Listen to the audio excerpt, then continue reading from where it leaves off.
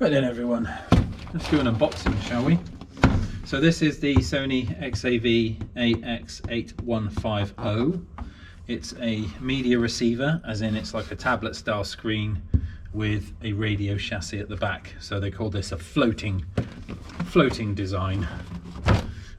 First one I've seen of this, so we're unboxing this new for the first time.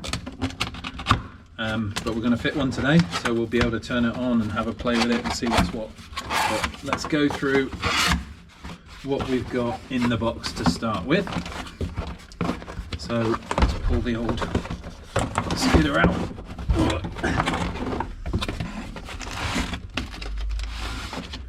Right. So we've got a bit of a tray, a few NASA training manuals, and I'm guessing from our previous videos where we've done floating screens, this will be a remember to put a screw in somewhere, otherwise the screen will not turn on. And then we've got different languages and how to use them. So yeah, they're three of the same manual, but in lots of different languages. So first things first, let's get the stuff unpacked. So in our first bag, let's see what we've got. Velcro strip.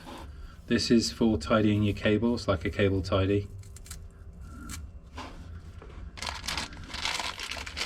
We have the standard 3.5mm jack, which Kenwood's and Sony's come with. It has two clips on it. There's our jack plug, 3.5mm. We've got two clips on it. We've got the over headliner clip and the nice neater flat style clip. If you find you've lost this thing, a little tip is you can cut down the front of this just here, shave this hoop off, and then you've still got the same thing that you can put a sticky pad on, and obviously that just unplugs. So a nice little microphone. We have our standard power feed, power wires, ISO, so live earth ignition, illumination, amp turn on. What? Alright. Alright, we have two USBs.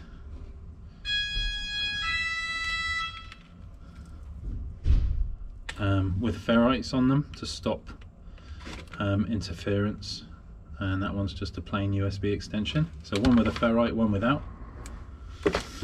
Some radio release keys and some 8mm fine dome coarse screws, fine thread screws, and we also have some smaller what look like M3 or M4.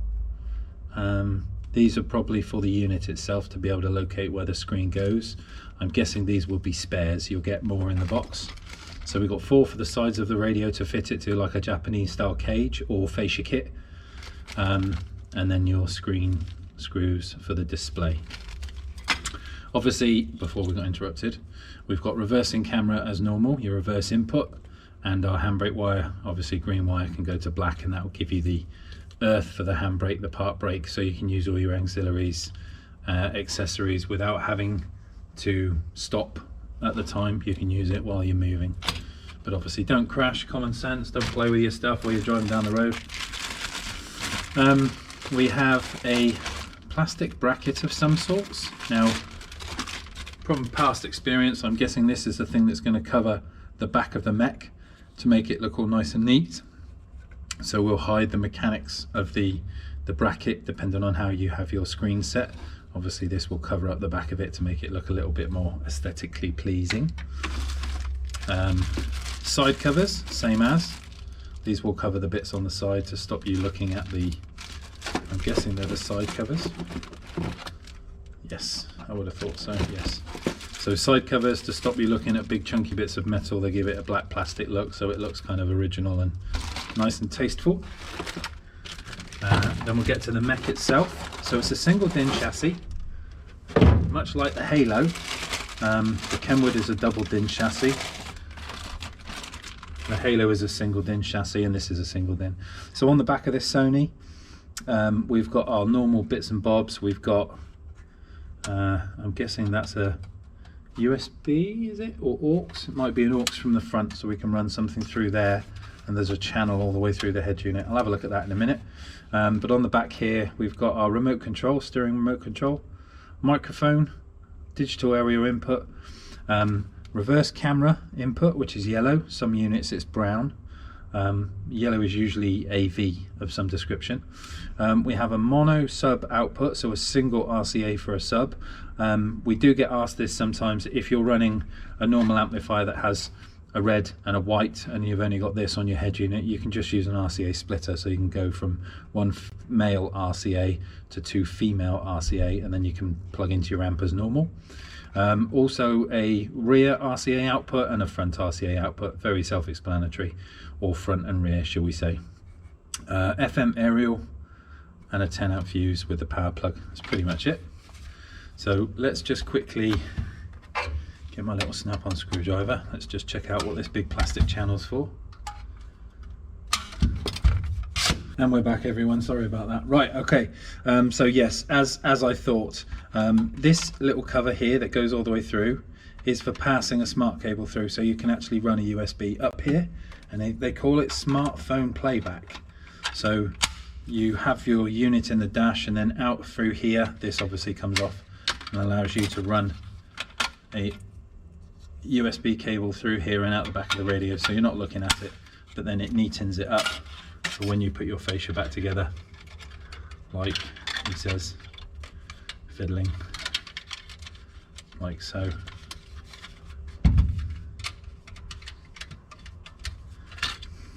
Got an opener down? Yes, there we go. So the cable would run basically neatly out this hole, but it would allow you to have a USB connection from the you know, smartphone into your screen directly. Now the unit itself, the screen itself, is floating type design. So we have a mech which is going to slide into here and then screw into these locations using our little bag of screws that we have. And then on the back of the mechanism here we've got fully adjustment, so we can tilt the screen forwards and backwards. And then we've also got an up and a down, so depending on where your unit would rest in the dash, you can either have it like this, tilted backwards, tilted down. You can have the screen down, or you can have the screen up. So you get, you know, a number of adjustments to make on these. That's why I like these floating screens so much. They're very cool. And then obviously here as well, you've got your this little cutout and channel runs up to a USB, which is just here, and that's for your smart screen playback, which will also run down that channel there. So what I'm going to do is get this thing built together. We'll get it powered up, turn it on, do some tests and have a little look. Right then everyone, got my little test rig set up. Let's turn that light on a second. There we go. So screen comes on, nice easy keys. I'm a big fan of this because, like the Halo, it's got these kind of almost, they're fake buttons. It's like touchscreen across the front, and it's not like pressing a proper button, which actually sucks. So demo on or off, language English, press OK. For your safety, do not watch or operate the unit while driving. Follow your local traffic laws and regulations. That's to do with the green wire. What it basically says is if a sat nav says straight on and there's a red light and you jump it and kill somebody, that's your problem. So we've got our basic setup here: big clock, radio, digital radio, Bluetooth, phone, USB, and then obviously as we swipe across, we've got HDMI input, rear camera, and settings for the unit.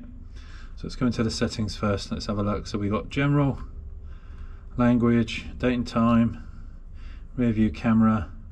Oh, that's good. So it's got touchscreen on here as well, so you can swipe up and down through the menus as opposed to using the arrow on the right hand side, but that works as well. Firmware, driving position, obviously we can change that to the right hand side, so it means your home key will be over here, not over there. Now depending on whether you're left side or right side, you know, you can move that around, but I prefer the home keys over here. It's when you've got your phone plugged in.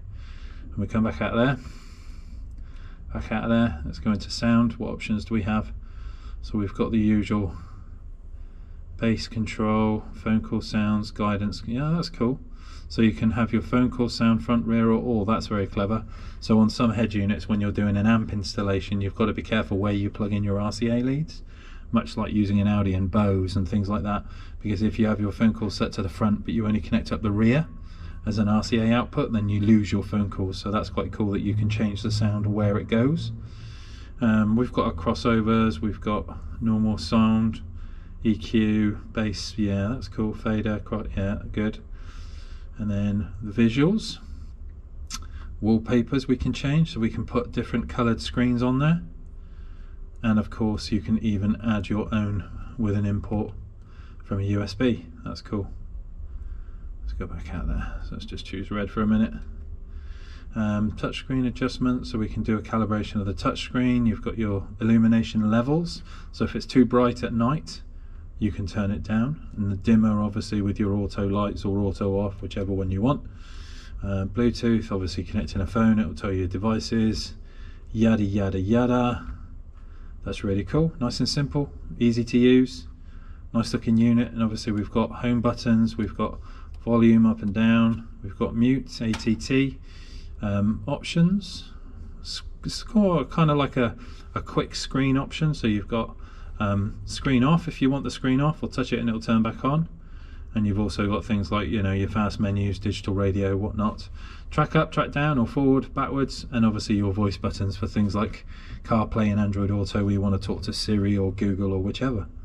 So all in, it's quite a nice unit, nice design, nice looking.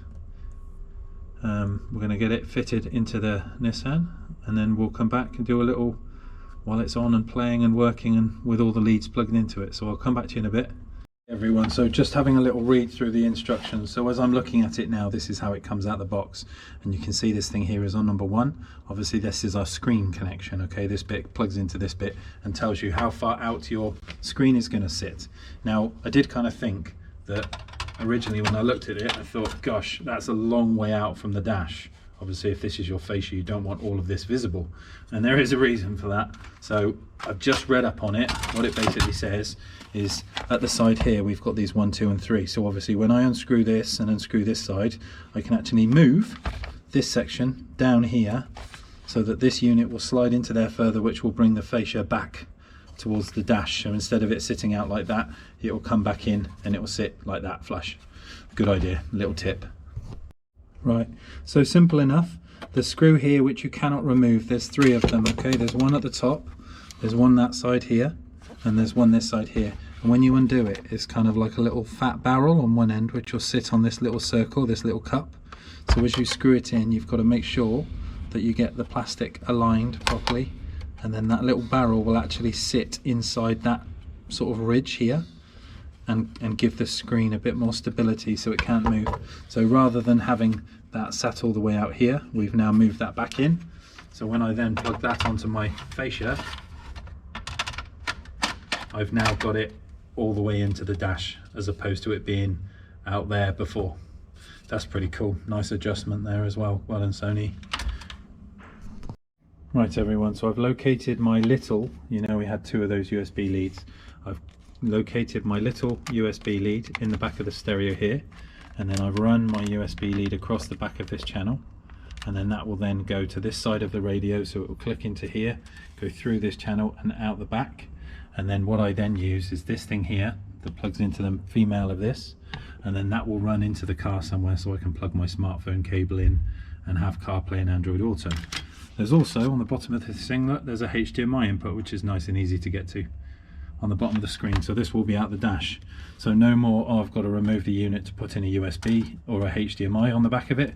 You've got it actually here on the front of the screen, which is very clever as well, because this will be easy to get to. Right, so my car is Japanese, which means I have these cage fixings, so I don't use this. I bolt these bits to the side of the radio, and then the radio will actually screw into the dash on these parts here. So we've got our left and right, up and down for the radio fixing. So I'll locate my 2 panels on there, and I get my 8mm screws.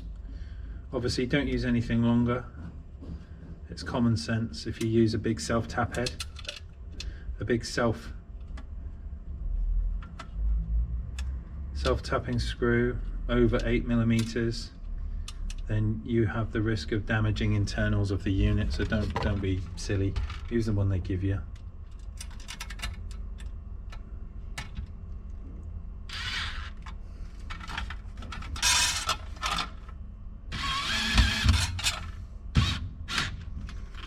That's one.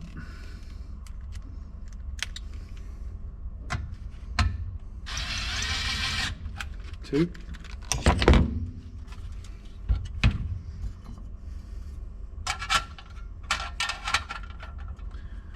3 and 4.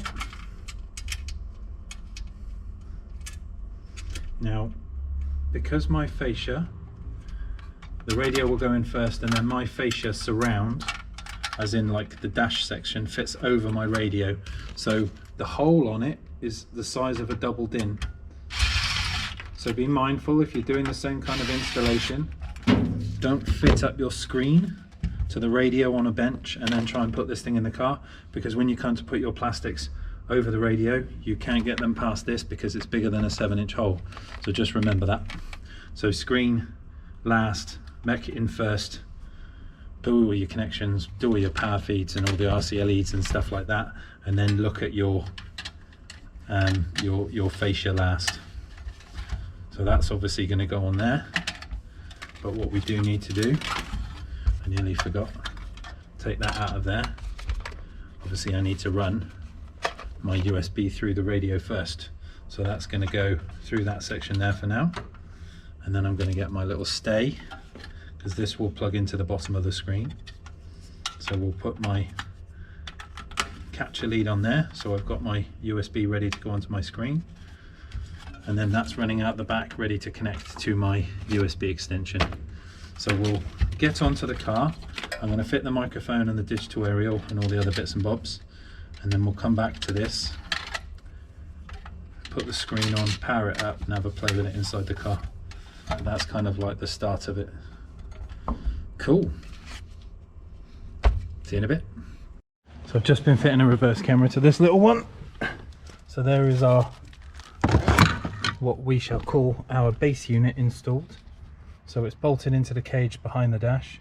Obviously we're left with the USB and the bracketry to connect our screen to. And then obviously I'm going to fix on my screen, do up these screws, put the covers on, and then we'll do a test. So I'll come back to you in a bit. Let's just talk radios again. So I fitted this one. This is now in the dash. Got all the trim panels on and everything like that, and I've put in a little custom screensaver. So I've messed around with the settings. We have the reverse camera now working as well, and the guidelines all set up. Time has been set via the DAB, so you can do like a digital radio set, and it will obviously set to whatever you want. And then when you want to just save the stuff, same as before, press and hold these buttons. Going into the menu, we can click on station obviously, and it gives us a whole load of radio options. So we can go down on the buttons here as well as up and, you know, the normal. Let's go back at the top. Capital Extra, she likes that one. Let's save that number 1. There we go. We've got the USB down in the glove box down here. We've got the microphone up there in the middle. See what I mean about that center plate, making it look all nice and neat. Digital aerial with this is a shark fin. It's on the roof already. But yeah, all round a really nice unit. It's nice and sturdy. Now I've adjusted the back of the radio further backwards. We've ended up with it nice and tight to the dash, and we've got our little covers on the back of it that will fit. It avoids the gear stick. Nice and straightforward. And we've got, yeah, reverse camera up, automatic. But yeah, quite happy with that. It's a really nice unit. It's very similar to the Kenwood that I've got in my cube that we've already done the review on, but obviously this is a boatload of money less. But if you're looking for a quick option, it's a nice one. Let's go and grab a lead. Let's do a little, let's plug into the Android Auto. Let's see what that looks like. Is that the one I want? No. Where's my other charging lead? There it is.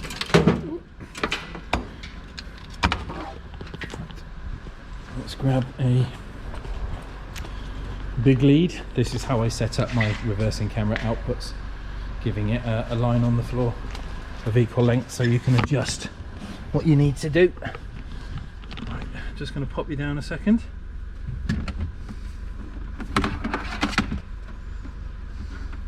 So USB to USB, and then we plug into it.